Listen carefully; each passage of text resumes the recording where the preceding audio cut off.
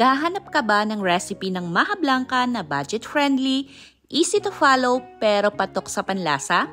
Perfect sa mga handaan, lalo pa at nalalapit na naman ang holiday season. So tara, samahan niyo akong gumawa ng maha blanca. Before tayo mag-umpisa, dapat i-ready muna natin ang ating molder, baking pan or kung anumang hulmahan o container na gagamitin nyo. Dahil once nag-start na lumapot yung ating maha, ay dapat mabilis ang kilos natin sa pag-transfer dahil mabilis lang itong mag-set. Sa isang kawali naman ay pagsamahin lang natin lahat ng sangkap na gagamitin natin. Una ay 9 cups ng coconut milk. Pwede kayong gumamit ng nakapack na nabibili sa grocery or fresh coconut milk. 2 pirasong malalaking niyog ang gamit ko dito. At para sa ating sweetener, instead of condensed milk, gagamitin natin ay 2 cups of sugar. Pwedeng bawasan o dagdagan depende sa panlasa nyo. Isunod naman natin ang ating cornstarch. Ito ay 3 cups ng cornstarch. Sa paggawa ng maha blanca, ang ratio na ginagamit ko lagi ay 1:3. So for every 1 cup ng cornstarch ay 3 cups ng liquid ang katumbas. Pwedeng coconut milk yung liquid, all-purpose cream, or evaporated milk.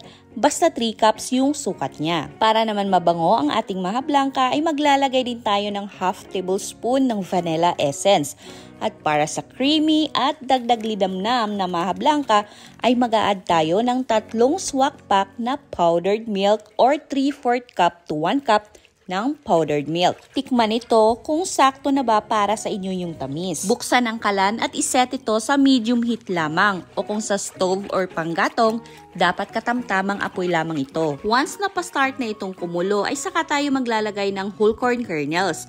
Huwag itong ubusin at magtira para sa ating topping mamaya. Hindi ko ito sinabay kanina sa iba pa nating mga sangkap dahil ayoko na ma-overcook ito. Mas masarap pag medyo crunchy yung ating corn kernels. Pwede din kayong mag-add ng cream corn. Pag medyo naramdaman mo na bumibigat na yung ating paghalo ay iset naman natin ang ating kalan to medium-low heat. Malaking factor sa pagluto ng maha blanca ang lakas ng ating apoy o kalan. Dahil pag sobrang lakas ng ating apoy, ang tendency ay buo-buo ang kalalabasan ng ating maha, mabilis lumapot pero hindi pa talaga totally luto yung cornstarch. So dapat alalay lang sa paghalo, samahan na rin ng pasensya dahil nakakangalay ang part na ito. Continuous lang sa paghahalo hanggang sa ganito na siya kalapot. Once na na-reach nyo na ang ganitong consistency, set nyo to weakest heat setting ang inyong kalan or kung sa panggatong dapat na sa pinakamahinang apoy lamang. Para ma-achieve natin ang smooth na consistency at hindi magaspang na lasa at lasang cornstarch, dapat ay tiyaga lang sa paghahalo. Ito naman ay idea lamang kung sakaling nagbabala kayo inegosyo ito, pwedeng lyanera ang gawin nyong hulmahan.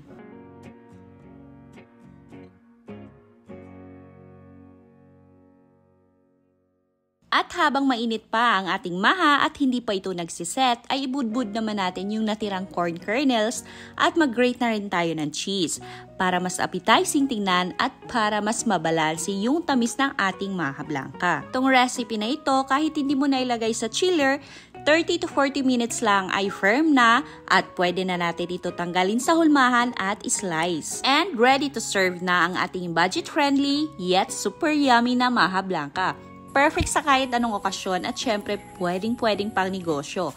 Sana ay nakatulong ang video na ito at nabigyan ko kayo ng idea paano gumawa ng masarap na maha blanca na hindi kailangan ng malaking halaga. Thank you guys for watching. Don't forget to like and follow. Happy cooking!